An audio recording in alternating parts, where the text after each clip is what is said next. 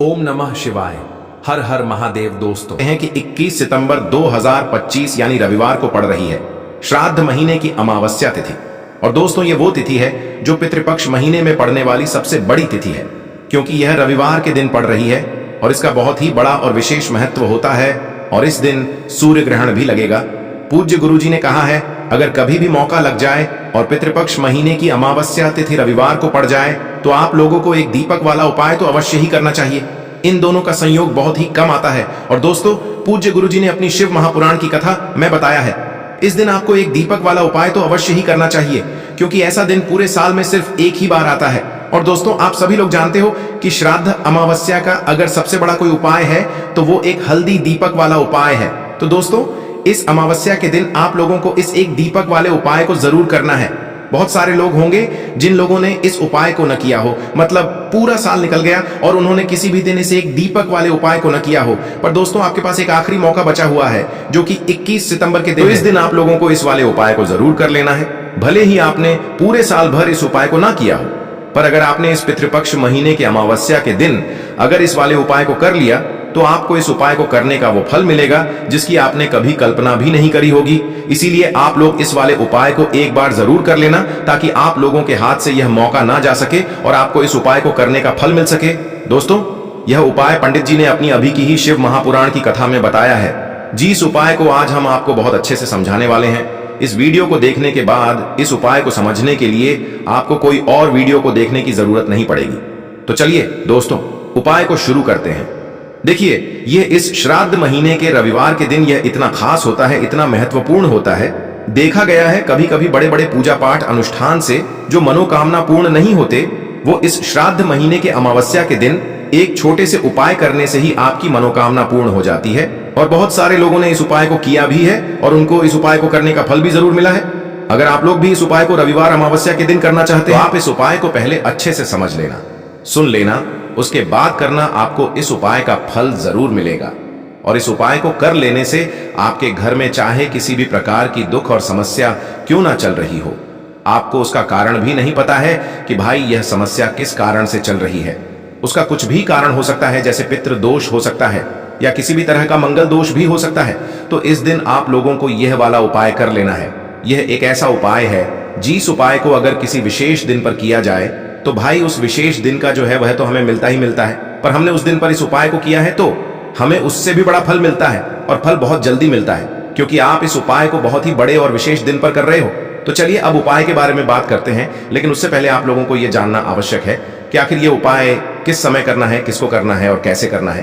तो चलिए हम आगे आपको वीडियो में एक एक करके बता देते हैं। लेकिन उससे पहले अगर आप लोग हमारे चैनल पर नए हैं तो हमारे चैनल को सब्सक्राइब कर लेना और इस वीडियो को लाइक करके कमेंट बॉक्स में श्री शिवाय नमस्तुभ्यम ओम नमः शिवाय जरूर टाइप कर देना। और अपने फायदे के लिए, गरीबी दूर करने के लिए इस वीडियो को पूरा देख कर जाना, तभी आपको लाभ की प्राप्ति होगी।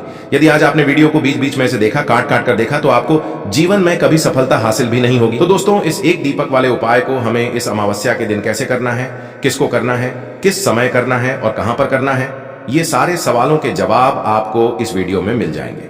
और जो ये वीडियो देखेगा भाई, उसको एक दीपक वाला उपाय जरूर करना चाहिए, क्योंकि इस दिन दीपक का भी बहुत ही बड़ा और विशेष महत्व होता है।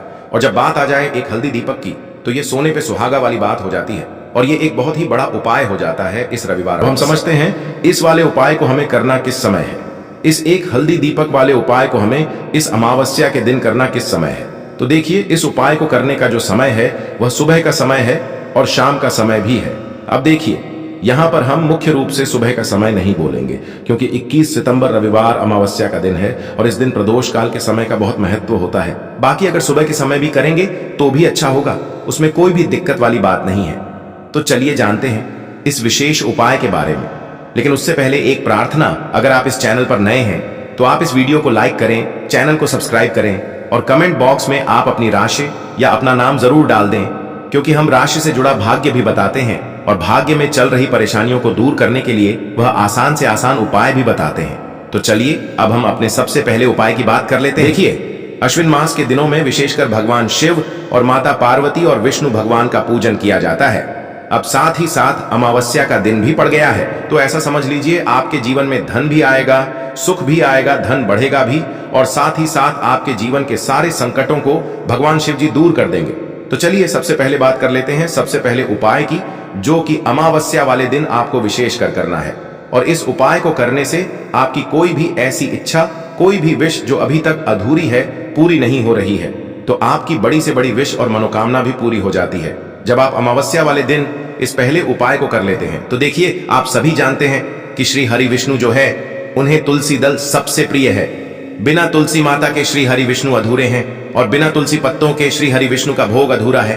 अब श्री हरि विष्णु को प्रसन्न करके आप अपनी किसी भी मनोकामना को पूरा कर सकते हैं, क्योंकि श्री हरि विष्णु प्रसन्न हो गए तो आपकी कोई भी विश और इच्छा, मनोकामना अधूरी नहीं रहेंगी। तो आपको तुलसी के 5 पत्ते लेने हैं।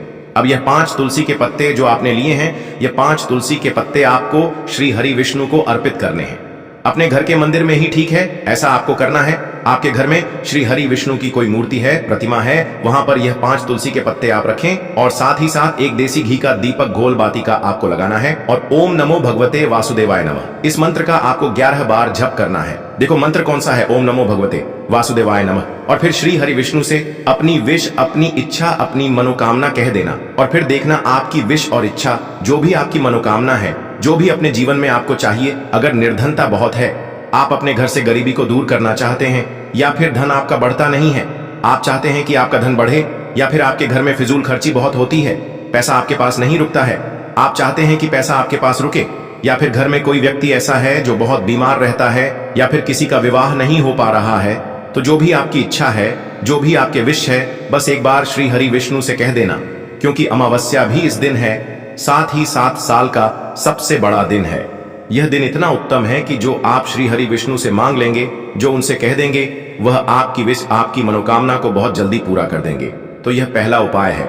चलिए बात करते हैं दूसरे उपाय को। उसके बाद में दोस्तों, जो अगला प्रश्न निकल कर आता है, वह यह आता है इस उपाय को लेकर कि आखिर इस उपाय को हमें किस समय करना है, सुबह के समय करना है कि शाम के समय करना है। तो देखो, इस वाले उपाय को आप लोग सुबह के समय भी कर सकते हो और शाम के समय प्रदोष काल में भी कर सकते हो। अब अगर आप पूछो कि भाई साहब सबसे उत्तम समय कौन सा रहेगा इस 1 रुपये के सिक्के वाले उपाय को करने का, तो हम आपसे बस यही कहेंगे कि इस उपाय को आप शाम के समय करेंगे तो ज्यादा बेहतर होगा, क्योंकि आश्विन अमावस्या सूर्य ग्रहण का दिन है और इस दिन प्रदोष काल के बहुत महत्व होता है। बाकी अगर सुबह के समय भी करेंगे तो भी अच्छा होगा, उसमें कोई भी दिक्कत वाली बात नहीं है। तो अब दोस्तों, जो अगली सबसे बड़ी और महत्वपूर्ण बात आती है, वह यह आती है कि सुबह अगर हम उपाय को करेंगे तो हमें कितने बजे से लेकर कितने बजे तक के बीच में करना है, और शाम के समय प्रदोष काल में करेंगे तो हमें कितने बजे से लेकर कितने बजे के बीच में करना है। तो देखो, सुबह जितनी जल्दी हो सके आप उपाय को करने की कोशिश करना। बाकी अगर किसी कारणवश लेट भी हो जाओ, थोड़ी देर भी हो जाए तो देखो, सुबह जितनी जल्दी हो सके आप उपाय को करने की कोशिश करना। बाकी अगर किसी कारणवश लेट भी हो जाओ, थोड़ी देर भी हो जाए, तो 10 या 11 बजे तक भी आप उपाय कर लेना, पर 12 बजे से ज्यादा देरी ना हो, ठीक है? इस बात का ध्यान रखना। उसके बाद में दोस्तों, अगर शाम के समय प्रदोष काल की बात करें, प्रदोष काल का जो समय होता है वह शाम के 6 बजे से शुरू हो जाता है। मतलब शाम के 6 बजे से लेकर 7 बजे के बीच का जो समय होता है, यह समय प्रदोष काल का समय होता है। इस उपाय को 7 बजे या 8 बजे के बीच में भी कर सकते हो। मतलब शाम के 6 बजे से रात 8 बजे के बीच में आप कभी भी इस वाले उपाय को कर सकते हो, उसमें कोई भी दिक्कत वाली बात नहीं है। परंतु 21 सितंबर आश्विन अमावस्या सूर्य ग्रहण के दिन कोशिश करना कि समय के अंतर्गत ही कर लो। किसी कारणवश ना कर पाओ तो थोड़ा देरी से भी कर सकते हो। तो चलिए अब हम अपने सबसे पहले उपाय की बात कर लेते हैं। तो देखिए दोस्तों, आज का यह उपाय बहुत ही खास है, विशेषकर वह लोग जो कि अपने जीवन में धन को लेकर बहुत परेशान हैं, जिनके पास पैसे की कमी लगातार बनी रहती है, मेहनत करने के बाद भी जीवन में सफलता नहीं मिलती है, और जीवन में जितनी मेहनत करते हैं उतनी मेहनत का फल नहीं मिलता है। मतलब लगातार घर में कर्जे की समस्याएं बढ़ रही हैं, पैसे की समस्याएं बढ़ रही हैं, पैसा घर में आ नहीं रहा है, या फिर फिजूल खर्ची बहुत हो रही है। तो 1 रुपये के सिक्के से यह उपाय करके आप भी अपने जीवन से गरीबी को हमेशा के लिए दूर कर सकते हैं। निर्धनता कभी आपके घर में लौट कर नहीं आएगी और मां लक्ष्मी की कृपा हमेशा आपके ऊपर बरसती रहेगी। तो 1 रुपए के सिक्के का उपाय न केवल कि आपके जीवन में धन को लेकर आएगा, बल्कि धन को बहुत तेजी से बढ़ाने का काम करेगा। और उपाय इतना सरल है कि इस उपाय को कोई भी व्यक्ति कर सकता है। महिलाएं भी कर सकती हैं, पुरुष भी कर सकते हैं, बच्चे भी इस उपाय को कर लेंगे। इतना सरल आज की वीडियो में उपाय आपके लिए लेकर आए हैं, और इस उपाय को करने में अलग से आपको कुछ भी करने की जरूरत नहीं है। तो देखिए, जो रुपये के सिक्के का उपाय आपको बताएंगे वीडियो में, इस उपाय को आपको पूरा देखना है, वीडियो को लास्ट तक देखना है, जिससे कि उपाय आपको अच्छे से समझ आए। साथ ही साथ कुछ ऐसे उपाय आज की वीडियो में आपको बताने वाले हैं जिससे कि आपकी मनोकामना भी पूरी होगी और आपको आपके शत्रुओं से भी छुटकारा मिल जाएगा। अगर आपके शत्रु हैं या फिर नजर दोस्त से आप बहुत ज्यादा परेशान रहते हैं, तो नजर दोष के लिए भी उपाय आज की वीडियो में बताने वाले हैं। तो बात कर लेते हैं सबसे पहले उपाय की, जो कि रुपये के सिक्के से आपको करना है, और यह है रोग से मुक्ति के लिए। मतलब आपके घर में अगर कोई व्यक्ति ऐसा है जो बीमार है, उसका स्वास्थ्य ठीक नहीं हो पा रहा है, बहुत दवाइयां आपका रह रहे हैं, उसके बाद भी धन की बर्बादी लगातार घर में बनी हुई है, तो आपको यह उपाय करना है। देखिए, आपको करना क्या है, रुपये का सिक्का लेना है, ठीक है ना। साथ ही साथ आपको एक कटोरी में सेंधा नमक लेना है। अब सेंधा नमक और रुपये का सिक्का, ये दोनों चीजें आपको रोगी व्यक्ति, जो भी आपके घर में बीमार रहता है या जिसका स्वास्थ्य ठीक नहीं रहता है ना, उसके सिरहाने आपको रख देना है। जहां भी वह व्यक्ति लेटता है ना, जहां भी वह व्यक्ति आराम करता है, उसके सिरहाने आपको रख देना है और ऐसे ही रखकर उसे छोड़ देना है। इससे होगा क्या कि बहुत जल्दी उनके स्वास्थ्य में सुधार होने लगेगा और बीमारियां आपके घर से दूर होने लगेंगी। तो बहुत ही उत्तम उपाय है। जो लोग बहुत ज्यादा बीमारियों से परेशान रहते हैं या धन की बर्बादी जिनके घर में लगी रहती है, तो यह पहला उपाय है। अब बात कर लेते हैं दूसरे उपाय की। तो दूसरा उपाय जो अब आपको बताने जा रहे हैं, यह भी 1 रुपए के सिक्के से ही है, और इस उपाय को करने से कभी भी आपका पर्स से खाली नहीं होगा। हमेशा आपके पर्स में पैसा आता रहेगा, आपका पर्स पैसों से भरा रहेगा। कभी ऐसा दिन आपके जीवन में नहीं आएगा कि कुछ चंद सिक्के ही आपके पर्स में रह जाएंगे। बहुत बार बहुत सारे लोगों के साथ ऐसा होता है कि सुबह उनका पर्स जो पैसों से भरा होता है ना, शाम होते होते पूरा पर्स खाली हो जाता है। कुछ चंद सिक्के ही उनके पर्स में रह जाते हैं, या यूं कहे कि वह लोग कहते हैं कि पर्स में इधर पैसा रखते हैं और उधर पैसा गायब, खर्चा इतना ज्यादा होता है कि पैसा जुड़ नहीं पाता है। होता है ना, बहुत सारे लोगों के हाथों से या उनके से पैसा बहुत तेजी के साथ जाता है। तो उन्हें क्या करना है, रुपये का सिक्का लेना है, ठीक है ना। इसे अच्छे से आपको साफ कर लेना है। साथ ही साथ आपको क्या करना है, बहुत ही छोटी सी एक पीले रंग की कौड़ी लेनी है, और ये 1 रुपये का सिक्का और ये एक कौड़ी आपको अपने पर्स में रखनी है। हमेशा इसे अपने पास रखें और फिर आप देखें कि आपके पास पैसा कैसे आता है, कैसे रुकता है और कैसे आपका पर्स धन से भरता चला जाता है। बहुत ही उत्तम उपाय है।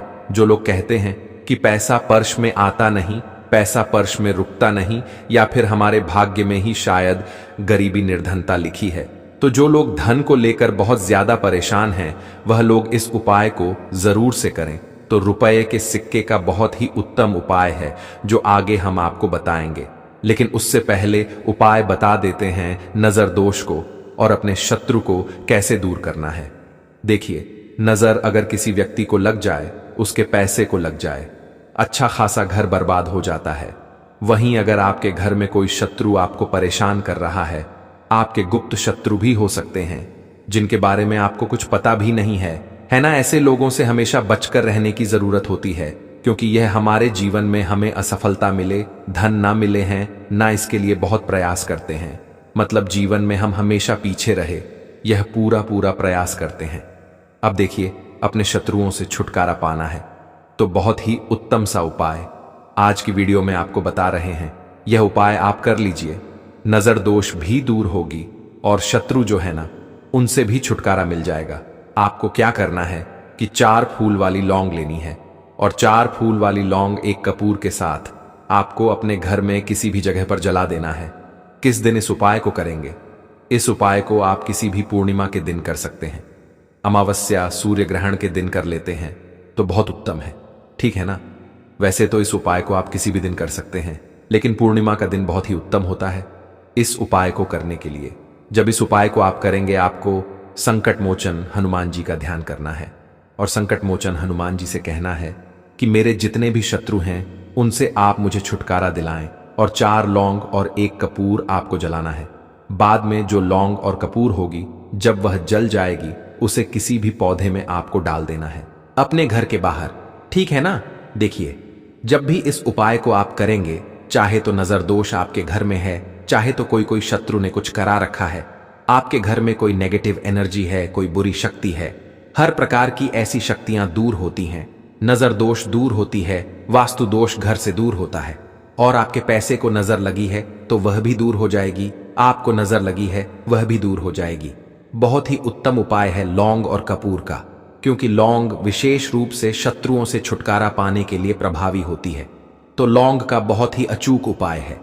आप सभी को यह उपाय जरूर करना चाहिए जिनके जीवन में शत्रुओं ने उन्हें परेशान कर रखा है। यह नजर दोष बहुत ज्यादा लगती है।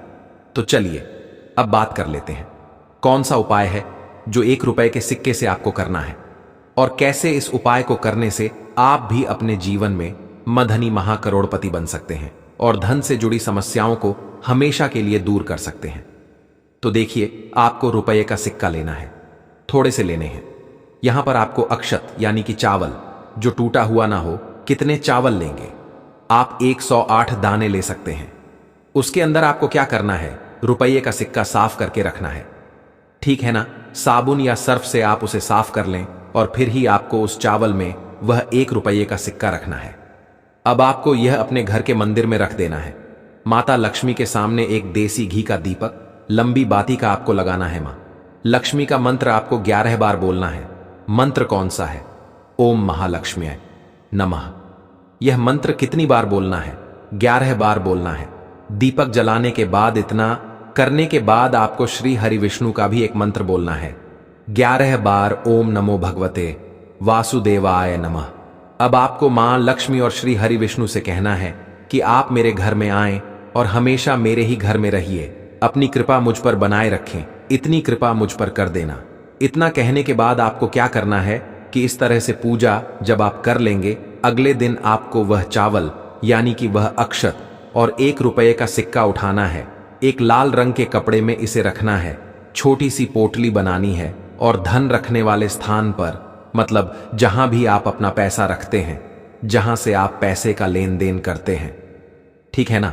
एक पैसा ऐसी जगह हम रखते हैं जहां से हम पैसे को जल्दी नहीं निकालते हैं। एक पैसा हम अपने घर में ऐसी जगह पर रखते हैं जहां से हम उस पैसे को हर दिन प्रतिदिन निकालते हैं और फिर रखते हैं जहां से हम पैसे को खर्च करते हैं। बस उसी स्थान पर आपको उस पोटली को रख देना है और इसको वहीं स्थिर रहने देना है।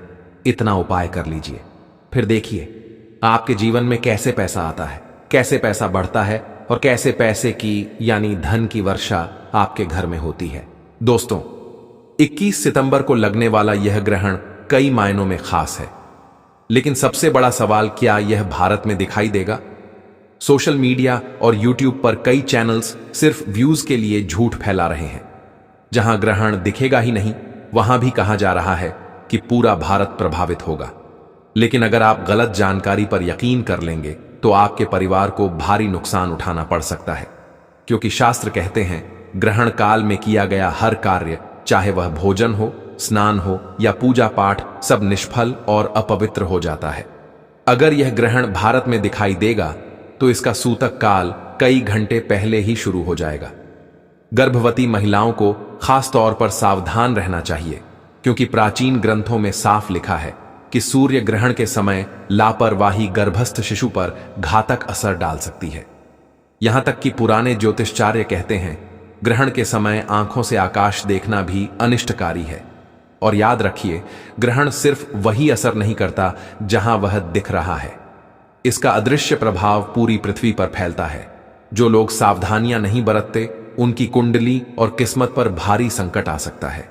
अब सवाल है, 21 सितंबर का यह आखिरी सूर्य ग्रहण भारत में दिखाई देगा या नहीं?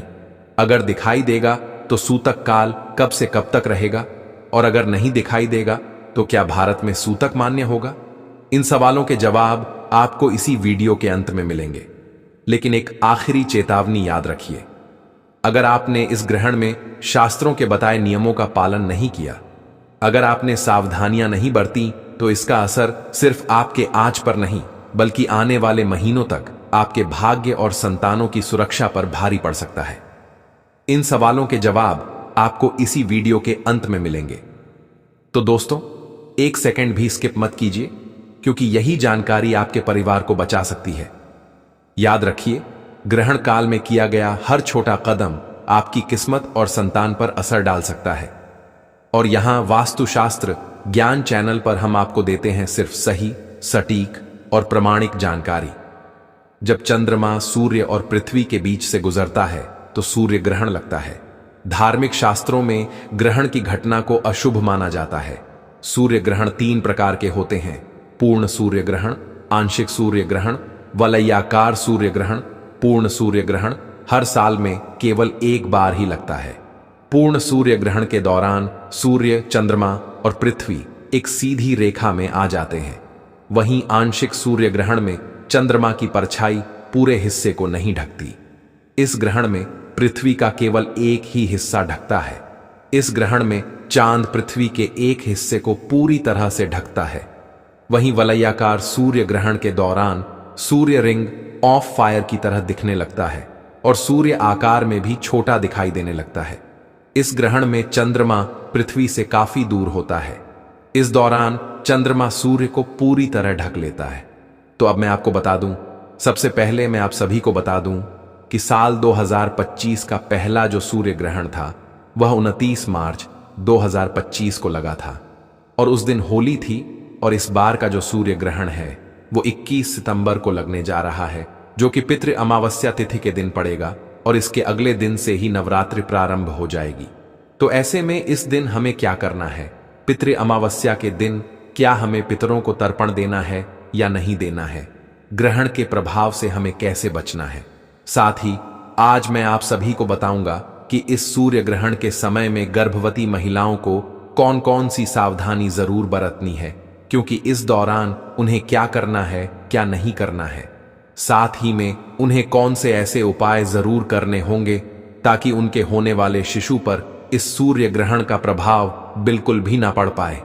क्योंकि जैसा कि मैंने आप सभी को बताया कि 15 दिन के अंतराल में ही 2 बड़े ग्रहण पड़े हैं, तो इससे आप सभी को अपने आप को और आने वाले शिशु को बिल्कुल ही सुरक्षित रखना होगा।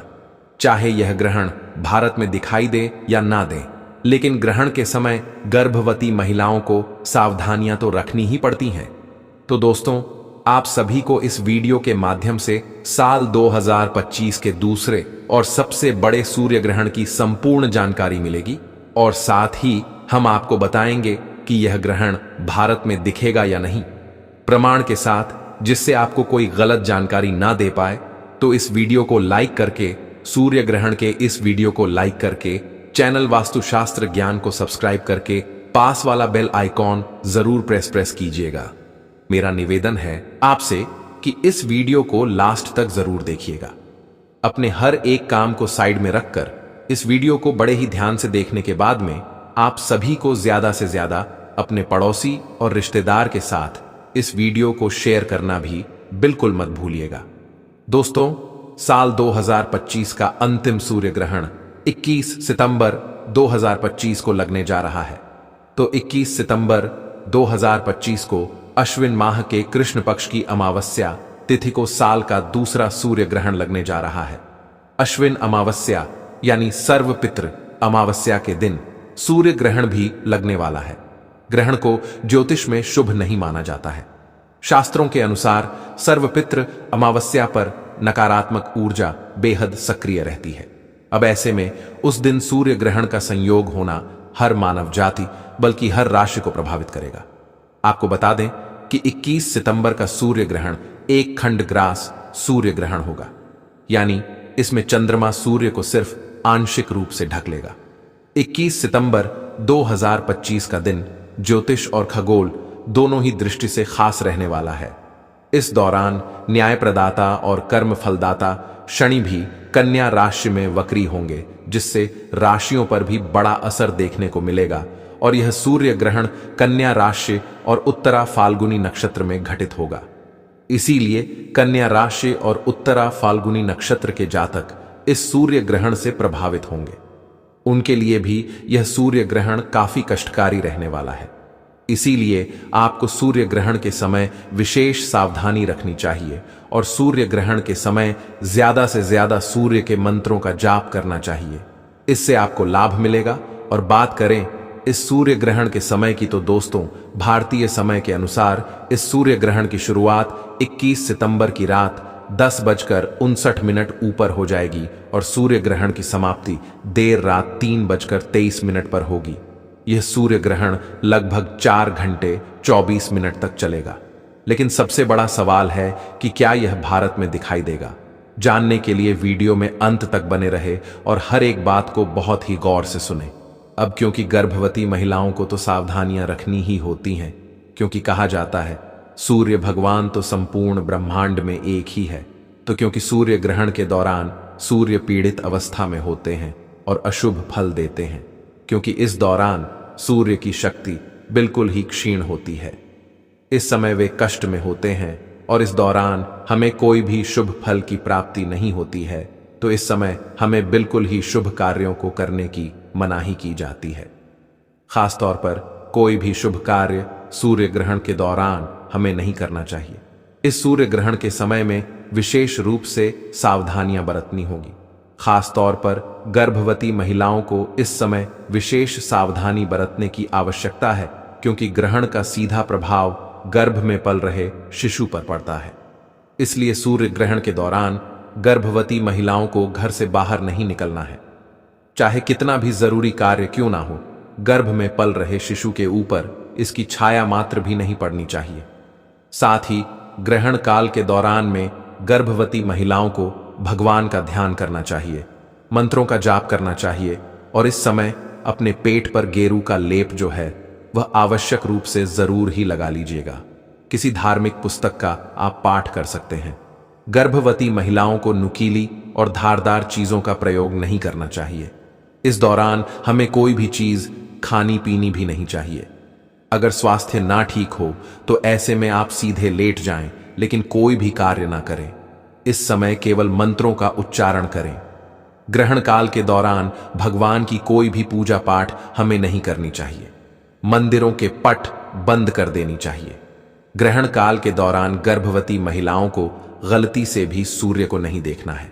ग्रहण के समय गर्भवती महिलाओं को किसी भी बात की टेंशन नहीं लेनी है और इस दौरान गर्भवती महिलाओं को झुककर कोई भी कार्य नहीं करना चाहिए।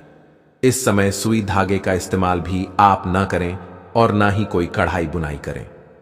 ऐसा माना जाता है कि ग्रहण के समय प्रेग्नेंट महिला को धातु से निर्मित चीजों का प्रयोग भी नहीं करना चाहिए और ना ही उन्हें इस समय शरीर में धारण करना चाहिए। संभव हो तो ग्रहण खत्म होने के बाद गर्भवती महिला को स्नान आवश्यक रूप से करना चाहिए और ग्रहण के दौरान अपने पेट पर गेरू का लेप आवश्यक रूप से लगा। ग्रहण के समाप्त होते ही आपको अपने ऊपर गंगा जल का छिड़काव भी अवश्य ही करना चाहिए और अपने कपड़े उतारकर बदल देने चाहिए। ग्रहण के दौरान गर्भवती महिला को खाने में छोंक और तड़का भी नहीं लगाना चाहिए। इसके अलावा आप सभी को बता दें कि ग्रहण काल के दौरान पति पत्नी को शारीरिक संबंध भी नहीं बनाने चाहिए। ऐसा करने से आपके घर की सुख शांति खराब हो सकती है। यदि आपकी कुंडली में कोई दोष है तो इस समय ग्रहण के दौरान आप घर से बाहर ना निकलें, खासकर जिनकी कुंडली में राहु केतु का प्रभाव ज्यादा हो। आपको बता दें कि ग्रहण के दौरान तेल मालिश भी हमें नहीं करवानी चाहिए। ऐसा करने से त्वचा संबंधी रोगों का सामना हमें करना पड़ सकता है। दोस्तों, ग्रहण के समय तुलसी के पत्तों का विशेष महत्व होता है। इस समय तुलसी के पत्तों को तोड़ना अशुभ माना जाता है। तो ऐसे में आप ग्रहण से पहले ही तुलसी के पत्तों को तोड़कर अपने भोजन और पानी के हर एक चीज में सामग्री में जरूर ही डाल दीजिएगा और उसके बाद ही आप उसे सेवन करें। कोशिश करें कि ग्रहण में रखा हुआ खाने का आप प्रयोग ना करें, उसे बाहर फेंक दें और अगर आप नहीं फेंक सकते तो ऐसे में तुलसी दल डाला हुआ या फिर कुशा डाला हुआ भोजन ही आप जो है ग्रहण समाप्त होने के पश्चात कर सकते हैं। जैसे ही ग्रहण समाप्त हो उसके